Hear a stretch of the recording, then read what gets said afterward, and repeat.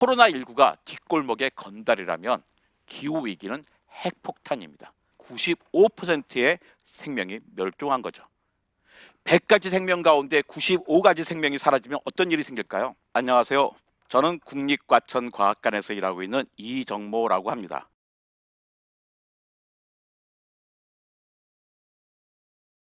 요즘 제 가슴 속에 깊게 묵직하게 자리 잡고 있는 키워드는 바로 멸종입니다.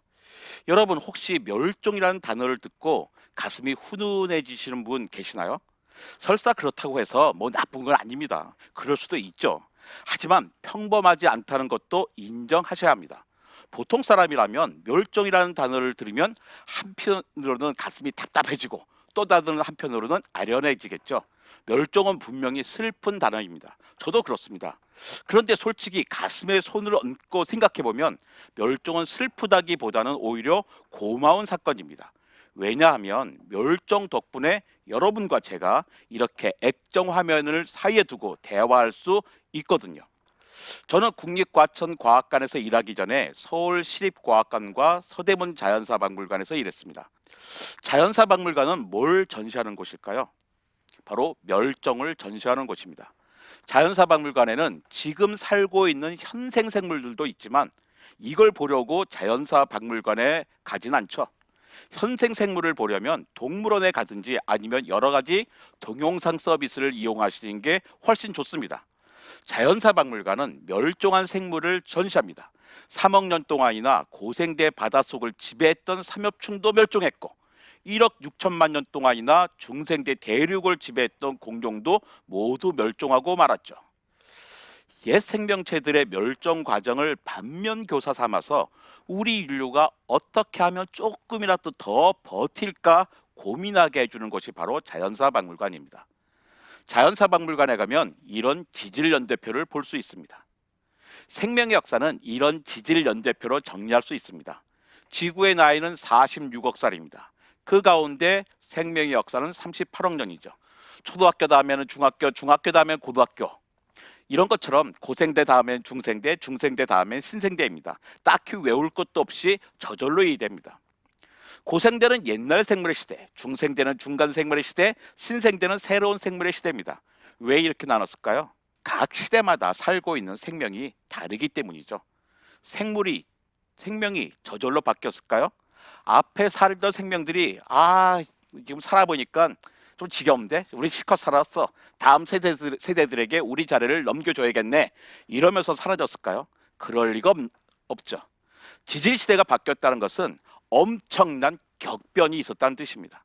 환경이 급격하게 바뀌자 당시 환경에 맞춰 적응해서 살고 있던 생명체들은 더 이상 살 수 없었던 거죠. 고생대는 다시 여러 시기로 나뉩니다. 5억 4,100만 년 전에 시작하는 캄브리아기는 지구에 눈이 처음 생긴 시기입니다. 눈이란 하늘에서 내려오는 하얀 스노우가 아니라요. 우리에게 시각 정보를 제공하는 아이를 뜻합니다. 눈이 생기기 전에는 생명들은 바다에서 입을 벌리고 살았습니다. 누군가의 내 입에 들어오면 맛있게 먹고 내가 누군가 입에 들어가면 재수없게 죽는 거였죠. 하지만 눈이 생기자 생명체들은 다급해졌습니다. 이제 내가 누구를 쫓아가야 되는지 누구로부터 도망을 가야 되는지 알게 되었으니까요. 또 헤엄치기 위해서 다양한 부속이 몸에 생겨야 했습니다. 색깔과 모양도 다양해졌죠. 이어지는 오르도비스기는 연체동물이 급격히 늘어난 시대입니다. 잘 살고 있었습니다. 그런데 황당한 사건이 일어나요. 지구가 갑자기 스노우볼, 즉 얼음덩어리로 변한 겁니다. 무슨 일이 일어난 걸까요? 온 지구가 빙하로 덮이게 되었습니다. 바다로 흘러가야 될 물이 육지에서 그냥 얼음이 되었습니다. 당연히 해수면의 높이는 낮아졌죠. 그게 뭐가 문제죠? 당시 모든 생명체는 바다에만 살았습니다. 바다 생명체의 대부분은 깊이 200m의 낮은 대륙붕에 모여 삽니다. 수온이 급격히 변하고 살 수 있는 곳도 줄어들자 당시 생명의 85%가 멸종합니다. 이것이 첫 번째 대멸종입니다. 실루리아기는 절지동물의 전성기였습니다. 바다와 육지에 다양한 절지동물이 살고 있었죠. 이어지는 대봉기에는 어류가 발생하고 어류가 양서류가 되어 육상으로 척추동물을 진출시키는 시기입니다.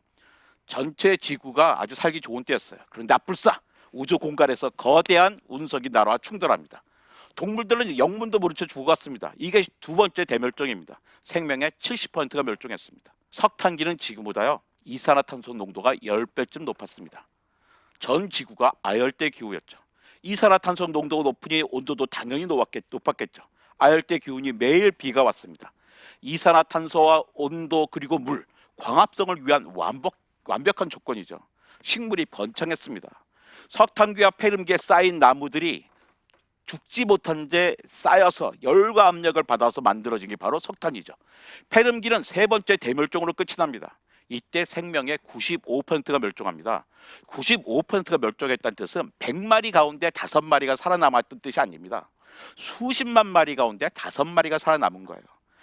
95%가 멸종했다는 뜻은 100종류 가운데 95종류는 한 마리도 살아남지 못하고 싹 다 죽어서 멸종하고 5종류만 살아남은 거죠. 그렇다고 5종류가 잘 살고 있느냐? 그게 아닙니다. 거의 다 죽고 멸종만 당하지 않았을 뿐이죠.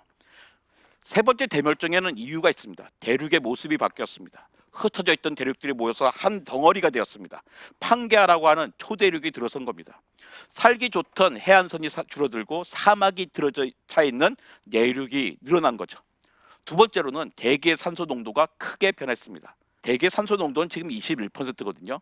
고생대 말의 산소 농도는 한때 30%가 높아졌었는데 갑자기 20%까지 떨어졌습니다.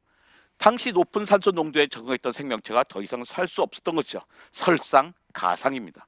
근데 이게 끝이 아니었습니다. 시베리아에는 서유럽 크기만한 현무암 덩어리가 있습니다. 두께가 400m에서 3km나 돼요. 한라산 높이가 1950m입니다.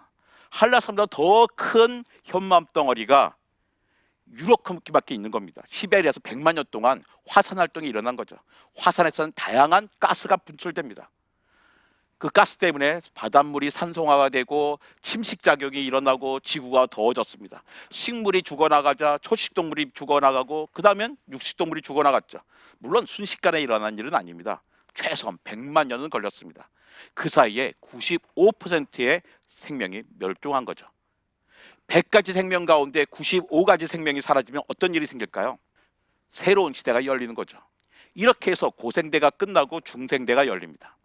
95%가 멸종한 세 번째 멸종은 지구 역사상 가장 심각한 멸종 사태였습니다. 그렇다고 해서 우리가 슬퍼할 일은 하나도 없습니다. 드디어 공룡의 시대가 열렸으니까요. 중생대에도 중간에 한 차례의 대멸종이 있었습니다. 그리고 6,600만 년 전 지름 10km짜리 거대한 운석이 지구와 충돌했습니다. 그 여파로 거대한 쓰나미가 육지를 휩쓸고 열폭풍이 나고 지진이 나면서 화산이 터집니다. 화산자로 태양이 가리자 식물들이 죽어갔고 이어서 초식동물과 육식동물이 죽었죠. 이게 5번째 대멸종입니다. 우리나라 꼬마 아이들이 제일 잘 아는 대멸종이죠. 이때 공룡들이 멸종했거든요. 당시 육상에서는 고양이보다 커다란 모든 동물들은 싹 다 멸종했습니다. 우리는 지금까지 5차례의 대멸종을 살펴보았습니다. 그런데요, 그 어떤 멸종도 당시 살고 있던 생명체의 잘못은 아니었습니다. 지구가 얼음덩어리로 변한다든지 대륙이 마구 옮겨 다닌다든지 거대한 운석이 충돌한 결과였죠. 생명체의 잘못이 아니었습니다. 공룡은 몸집을 키우다가 멸종한 게 아니라 몸집을 키운 덕분에 1억 6천만 년 동안이나 육상을 지배할 수 있었습니다. 그들의 잘못은 없어요. 6,600만 년 전 드디어 신생대가 시작되었습니다. 중생대 때 공룡에게 기죽어서 생쥐만한 크기로 야행성으로 살았던 포유류들이 드디어 대낮에 활개를 치며 살게 되었습니다. 덩치도 커졌고요. 급기야 지금부터 700만 년 전 침팬지와 인류가 같은 계통에서 갈라서게 되었습니다. 인류가 탄생한 것이죠. 생명의 역사 38억 년을 1년이라고 한다면 인류가 탄생한 시점은 대략 12월 31일 오전 10시쯤 됩니다. 오후 4시에는 직립을 합니다. 두 발로 걸어다니는 겁니다. 호모사피엔스 가운데 일부가 밤 11시 50분쯤에 아프리카를 탈출해요. 아프리카 바깥에는 이미 다양한 인류들이 살고 있었죠. 호모 에렉투스, 데니소바인, 플로렌시인, 네안데르탈인 같은 사람들입니다. 단 5분 만에요. 호모사피엔스는 모든 다른 인류를 해치웠습니다. 무슨 일이 있었는지는 잘 모르지만 아무튼 우리 호모사피엔스만 살아남았습니다. 생명의 역사 38억 년을 1년으로 봤을 때 12월 31일 자정에 여러분과 제가 이렇게 마주보고 있는 겁니다. 그리고 이 시점을 지질시대에서는 인류세라고 부릅니다. 그렇다면 인류세는 언제 시작됐을까요? 사람과 침팬지가 갈라서 후 인류는 어떻게 살았을까요? 사람과 침팬지를 갈라선 700만 년을 1년이라고 생각해보죠. 700만 년 전을 1월 1일 0시라고 합시다. 그때 인류가 할 수 있는 일이라고는 수렵과 채집뿐이었어요. 말이 좋아 수렵이죠. 다른 짐승이 먹다 남긴 또 다른 짐승의 십체를 주워 먹는 게 다였을 겁니다. 수렵과 채취는 12월 31일 새벽 6시에나 끝납니다. 그리고 농사를 짓죠. 신석기 시대가 시작된 겁니다. 오후 3시에는 도시를 건설하고 밤 11시 40분에 산업혁명이 일어납니다. 그렇다면 여섯 번째 대멸종, 인류세는 언제 시작하는 걸까요? 과학자들은 처음에는 신석기 시대와 함께 인류세가 시작된다고 생각했습니다. 그 전까지는 모든 생명체는 환경에 적응해서 살았는데 신석기인들이 처음으로 환경에 적응하는 대신 환경을 바꾸면서 살았거든요. 멀쩡한 벌판에 불을 지르고 저기에 흐르던 물길을 땡겨와서 농사를 지었습니다. 이때부터 실제로 수많은 거대 포유류들이 멸종을 했습니다. 그런데요, 가만히 생각해보면 신석기 시대에 인류세가 시작됐다면 우리 현대인들이 입장에서 너무나 속편한 겁니다. 모든 게 우리 책임이 전부가 아니잖아요. 양심이 찔리죠. 게다가 신석기 시대부터 산업혁명까지 멸종한 것보다 산업혁명 이후에 멸종한 생명이 훨씬 더 많습니다. 그래서 산업혁명기 대략 18세기 말에서 19세기 초를 인류세의 시작점으로 잡았습니다. 그런데 여기에는 문제가 있었습니다. 이런 지질 시대는 지질학자가 정하는 거거든요. 그런데 지질의 특성에 맞는 증거가 있어야 되는 거예요. 그래서 마침내 뭔가 찾아낸 게 밤 11시 50분, 그러니까 1950년입니다. 이때부터 지구의 모든 지층에서 방사능이 엄청나게 검출됩니다. 모든 땅에서 플라스틱과 콘크리트가 쏟아지죠. 지구에 있는 콘크리트를 모두 모으면 지구를 전체를 2mm 두께로 발을 쓸 정도입니다. 생물학자들도 여기에 동의했습니다. 전 세계 지층에서 닭뼈가 나오기 시작한 겁니다. 닭을 공장식으로 대량 사육하면서 전 지구적인 식생활의 변화가 생긴 거죠. 요즘은 과학자들이 대략 1950년을 여섯 번째 대멸종, 인류세의 시작점으로 보는데 동의하고 있습니다. 현대인의 대부분은 출생 때부터 이미 여섯 번째 대멸종 인류세를 겪고 있는 겁니다. 여섯 번째 대멸종은 어떻게 진행될까요? 지난 5차례 대멸종을 보면 일정한 패턴이 있었습니다. 온도가 5, 6도씩 한꺼번에 오르다든지 대기의 산소 농도가 떨어진다든지 대기의 산소도가 높아지는 거죠. 지금은 어떻습니까? 산업혁명 이후에 점차 높아지던 대기 산소농도는 최근 안정화됐습니다. 산소 농도는 21%를 그대로 유지하고 있죠. 문제는 온도입니다. 산업화 이후에 벌써 1.35도가 올랐습니다. 물론 5, 6도까지는 상당히 여유가 있는 것처럼 보입니다. 그런데요, 사실은 여유가 없습니다. 2도가 한계입니다. 대기 온도가 2도 상승한 다음에는 저절로 순식간에 5, 6도까지 오르게 됩니다. 왜 그럴까요? 대기 온도가 평균 2도가 오르게 되면 사방에 국지적으로 5, 6도씩 오른 것이 생기죠. 그곳이 마침 건조하면 산불이 납니다. 요즘도 매년 캘리포니아, 그리스, 스페인 같은 곳에 한두 달씩 산불이 나잖아요. 작년 가을부터 올해 초까지 호주의 들불을 기억해 보십시오. 산불이 나면 산불 때문에 온도가 오릅니다. 산불 때문에 이산화탄소가 배출돼서 또 온도가 오르죠. 요즘 시베리아의 메모드 화석 가격이 20년 전에 비해 10분의 1로 떨어졌습니다. 이유는 간단합니다. 메모드가 너무 많이 나오기 때문이죠.